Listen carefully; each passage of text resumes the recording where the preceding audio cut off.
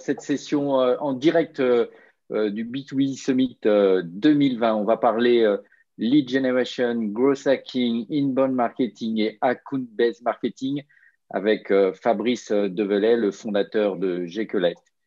Et on va Bonjour à tous. faire un focus tout particulier sur l'ABM. Je me présente, je suis Laurent Olivier, je suis le directeur associé de l'agence Aressi, l'agence B2B du groupe Epoca. Ensemble, on va regarder plus précisément ces quatre approches marketing B2B et on va faire un focus sur l'ABM pour pouvoir identifier comment Gcollect a mis en place la bonne stratégie pour chacune des cibles visées. On y va, on est parti. Un mot, Fabrice, pour commencer et présenter Gcollect. En un mot, pour démarrer. Je suis Fabrice, le fondateur de Gcollect. C'est une fintech, une startup qui existe depuis, on achève la 3e année. Nous sommes la seule plateforme place de marché en matière de recouvrement de créances. On pose ses factures, il y a des algorithmes qui tournent, qui vous donnent le montant de l'honoraire de recouvrement, ce que ça va vous coûter à la sortie. Vous ne payez rien d'avance, il n'y a pas de provision, c'est gratuit, sauf lorsque c'est encaissé.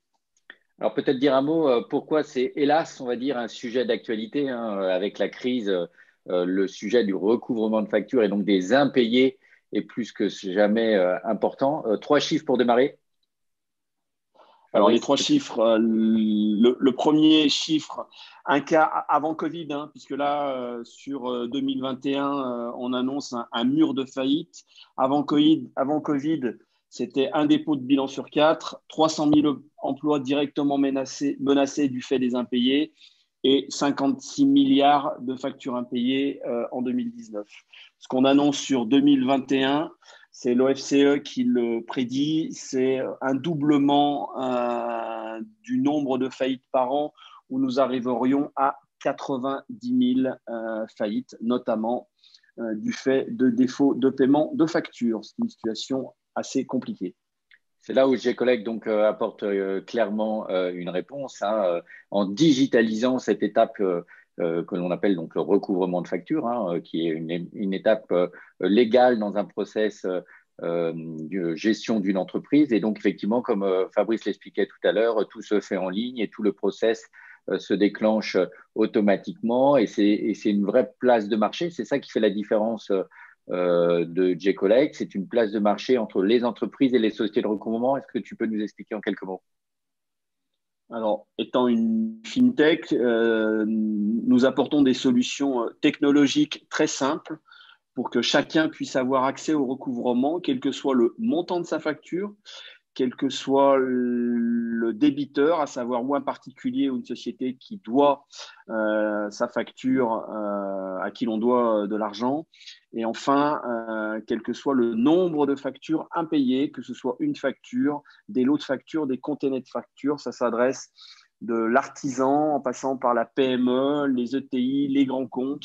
On a toute Donc on va revoir typologie. effectivement. On va Voilà. revoir ces typologies, notamment c'est pour ça qu'on a lancé des campagnes spécifiques. Alors on peut dire quand même un mot, Fabrice, aussi sur la différence de Gcollect versus ses concurrents. C'est un sujet pas facile, le recouvrement de factures, se faire payer, parler argent en France. Donc vous avez pris le parti pris de positiver, d'avoir un positionnement différent qu'on va retrouver un petit peu à la fois dans cette charte graphique et dans les messages. Est-ce que vous pouvez nous raconter un peu pourquoi vous avez pris ce Bah, parti pris-là?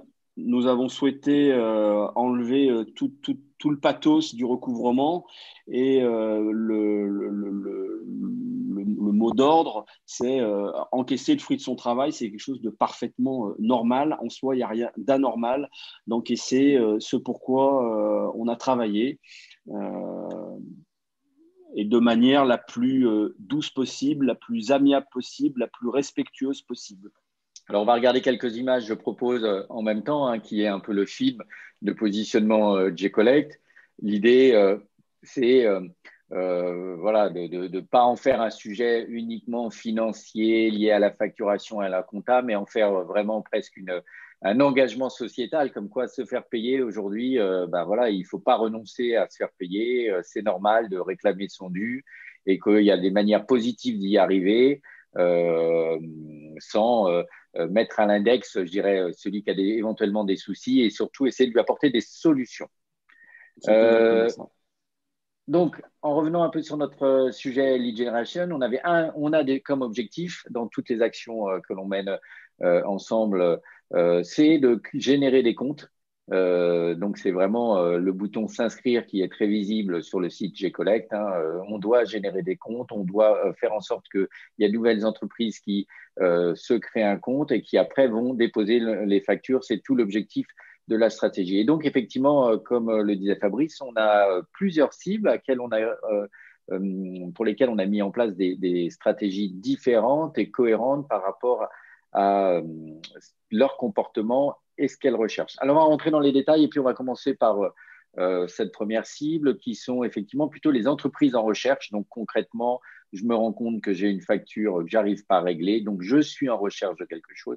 Donc là, il y a deux stratégies distinctes. Il y a une stratégie SIA, AdWords. Je cherche une société, je n'en connais pas et donc clairement, on fait en sorte que Gcollect soit bien présent, bien placé sur la page Google. Donc, c'est une stratégie qu'on essaye d'optimiser, mais qui est globalement une stratégie très financière dans la démarche. Donc, en parallèle, donc voilà, où il faut être placé sur les bons mots-clés avec les bonnes annonces et se retrouver au bon emplacement. Et c'est tout un jeu, là, je dirais, d'être de bonne optimisation financière parce qu'il y a quand même de la concurrence sur ces thématiques là aussi. Et donc, en parallèle, c'est une action d'inbound marketing où il y a donc tout un travail qui est fait avec la rédaction d'articles qui essaye de répondre à des questions. Vous savez qu'aujourd'hui, Google cherche à mettre en avant tous les sites qui répondent à des questions. Donc, des articles ont été rédigés pour accompagner le chef d'entreprise et de l'aiguiller avant même qu'éventuellement il ait tout de suite une facture à recouvrer. Il peut déjà lire sur le site Gcollect de l'information. Donc, à partir d'un article, comme on vient de le voir ici, il va être démultiplié sur les réseaux sociaux, bien sûr sur LinkedIn, sur Twitter. Et puis, il y a aussi une stratégie, Fabrice, spécifique liée à la mise en avant de cas clients. Est-ce que là, vous pouvez nous expliquer un peu l'approche? Alors, ce dont on s'est rendu compte, c'est qu'il y avait beaucoup d'avis sur Google, sur, je ne sais plus comment ça s'appelle, Trustpilot. C'est une super boîte de recouvrement, c'est génial, on est les meilleurs.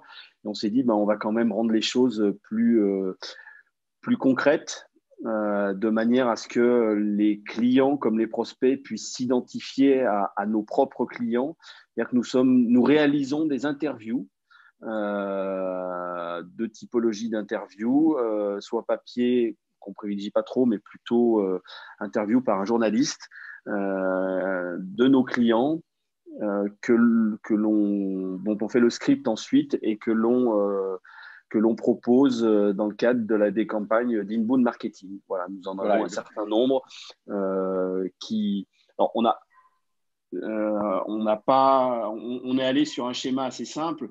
On est parti d'un principe, enfin je suis parti d'un principe, c'est que le recouvrement pour des grands comptes, les témoignages clients, ça pourrait être un support pour montrer que la solution fonctionne, que même les petits l'utilisent, donc les gros peuvent l'utiliser. Mais c'est surtout pour les artisans, les petites boîtes, ceux qui ne savent pas à qui s'adresser, comment le faire.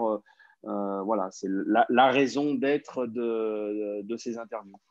Voilà, et donc effectivement, pour chaque typologie de cible ou de sous-cible, on va dire, même, il y a eu des interviews qui ont été faites, et donc il y a toute une stratégie un peu de relance, vraiment, en se disant, voilà, un artisan fera confiance à un autre artisan, et chaque profession a été adressée de cette manière-là. Il y a aussi une stratégie de partenariat avec d'autres, je dirais, donc partenaires, des gens qui sont dans le même écosystème. Donc là, par exemple, on voit l'exemple d'Agicap, où il y a des articles croisés. Donc, pourquoi aussi cette stratégie, Fabrice? Alors, deux typologies de partenariat. Le premier qui est le plus entre guillemets, facile à réaliser, c'est des partenariats de communication. Donc, on va chercher, ou on vient nous chercher très souvent, parce que nous sommes la brique recouvrement, la dernière étape, avec des partenaires comme Agicap, d'autres partenaires, comme vous venez de le montrer, la CNTPE, syndicat professionnel, la Confédération nationale des très petites entreprises, avec la FTPE, avec des néobanques, avec des solutions de logiciels de relance, des logiciels de gestion de trésorerie qui nous permettent effectivement une communication, et puis d'autres partenariats qui sont des partenariats stratégiques où il y a des échanges de bons procédés de communication. Des bons procédés de communication. Voilà. Donc, effectivement, on voit un exemple ici. Il y a même une landing page là, qui existe sur le site J-Collect qui est personnalisée avec le logo de la SNTPE. Après, le contenu est le même.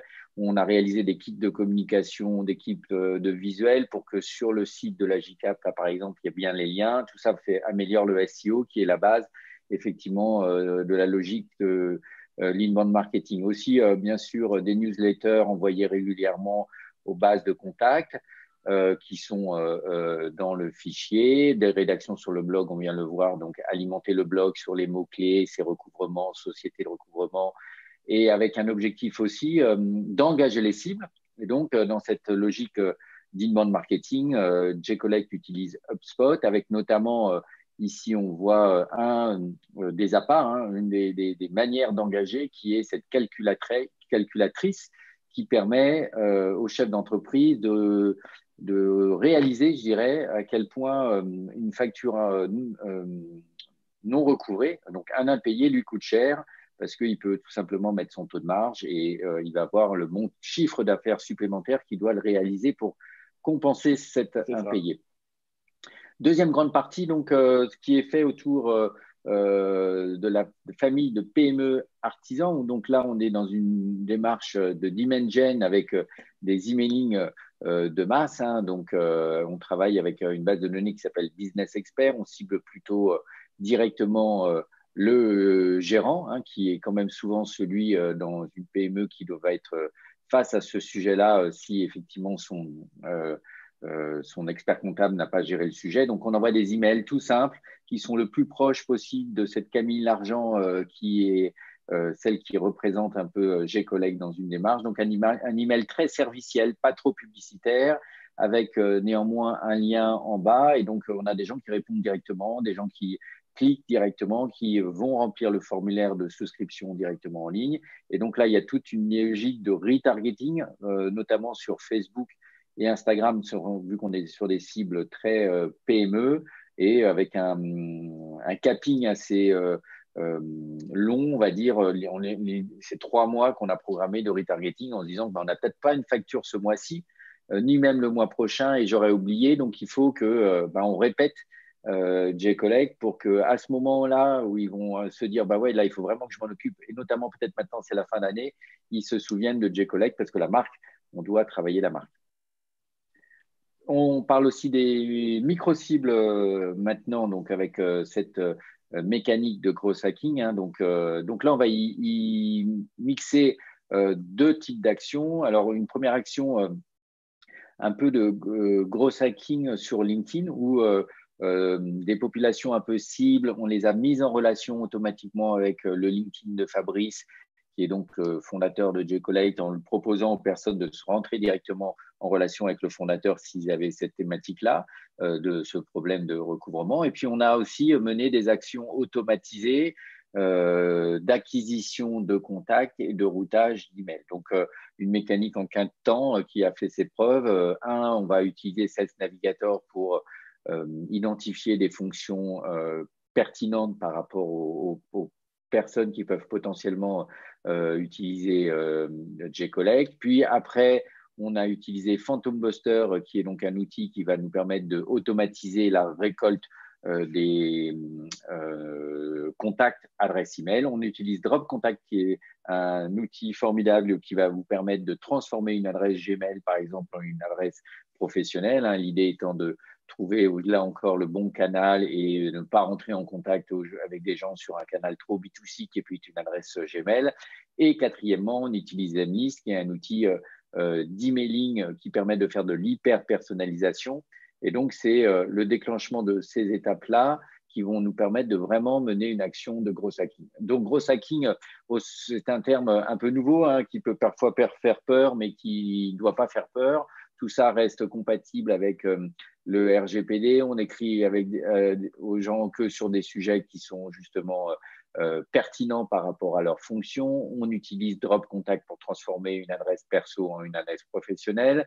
Et on fait ça aussi avec régularité et douceur. On n'envoie pas des dizaines de milliers d'emails par jour. On est surtout plutôt sur des dizaines simplement d'emails par jour et donc on est cohérent avec RGPD. Et donc qu'est-ce qu'on va faire là? On va cibler les agences de pub, les artisans, BTP, les avocats juridiques, voilà, donc les segments qu'on arrive clairement à identifier sur LinkedIn et qu'on adresse de cette manière-là. On utilise donc l'Emlist qui nous permet de faire cette hyper personnalisation. Hein, donc vous le voyez, les emailings sont personnalisés, par exemple ici au logo du prospect. On ne va pas jusqu'à personnaliser que prénom et les noms. On va ici, donc c'est l'exemple quand on adresse des cours et cabots, on a directement le logo dans chaque emailing est personnalisé donc au prospect, y compris la photo de la personne que vous voyez ici dans le premier cercle.